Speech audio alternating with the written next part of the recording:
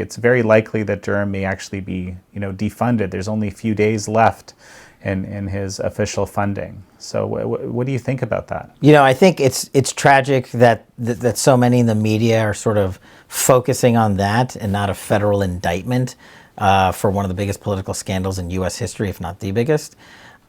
This individual, Michael Sussmann, was just charged. A federal trial, a federal case, on average, takes 12 to 18 months to adjudicate, whether it's by plea or trial. So I laugh at anyone in the media who tells me they're worried about John Durham being defunded. He literally can't, because he is in the middle of a federal prosecution. So I don't worry about any of that. And I think he's going to keep going. So there's no defunding issue for me. Again, this is very interesting, because I guess, you've been one of the people that's been kind of bullish on Durham, right? Expecting that he would actually come through with something. It seems like he has. So, another cause for concern, which I've seen, and this is something that our friend Lee Smith has actually written about, and I've talked to him about it, is the fact that the judge in the case actually has some pretty strong connections with the Democratic Party.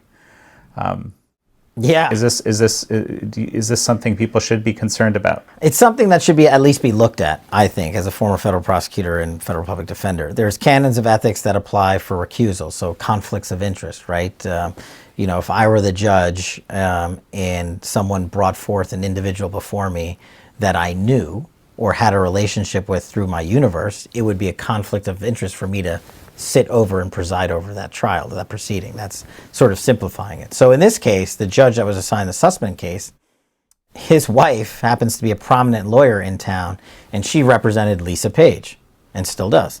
Who's Lisa Page? Just a quick refresher. She was the central FBI attorney who reported to Andy McCabe as special counsel for him, and also who worked for James Baker at the time, who was the attorney who reviewed this entire FISA application process and worked hand in hand with Peter Strzok, the lead counterintelligence FBI investigator for the investigation into the Trump presidency.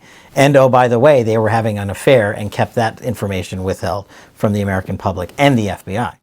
So it would seem that questions should be asked of, in this larger conspiracy that I believe is coming, is Lisa Page going to be a witness?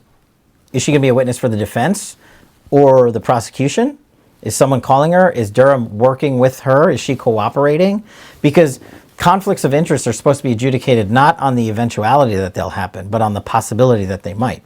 And so how can this judge have, let's just say this is how it plays out, Sussmann goes to trial, and Lisa Page is brought into the courtroom, and this judge's wife is the lawyer for the witness.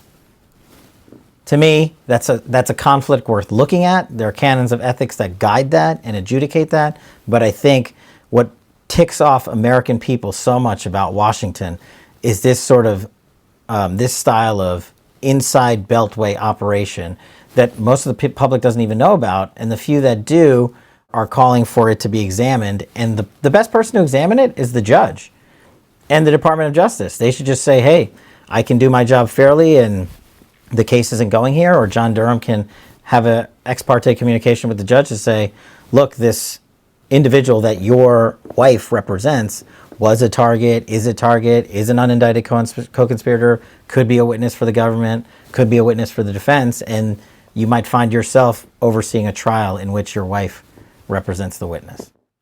As we're speaking here, I'm thinking, man, this is pretty big news, right? Yeah. It doesn't seem to be getting the attention that you might expect with big news like this. But the funny part is I've almost been conditioned to not expect it to be treated that way. That's what I just realized, right? Yeah, me too. And I think I'm glad we're talking about it, but I don't know if more people are going to be talking about it.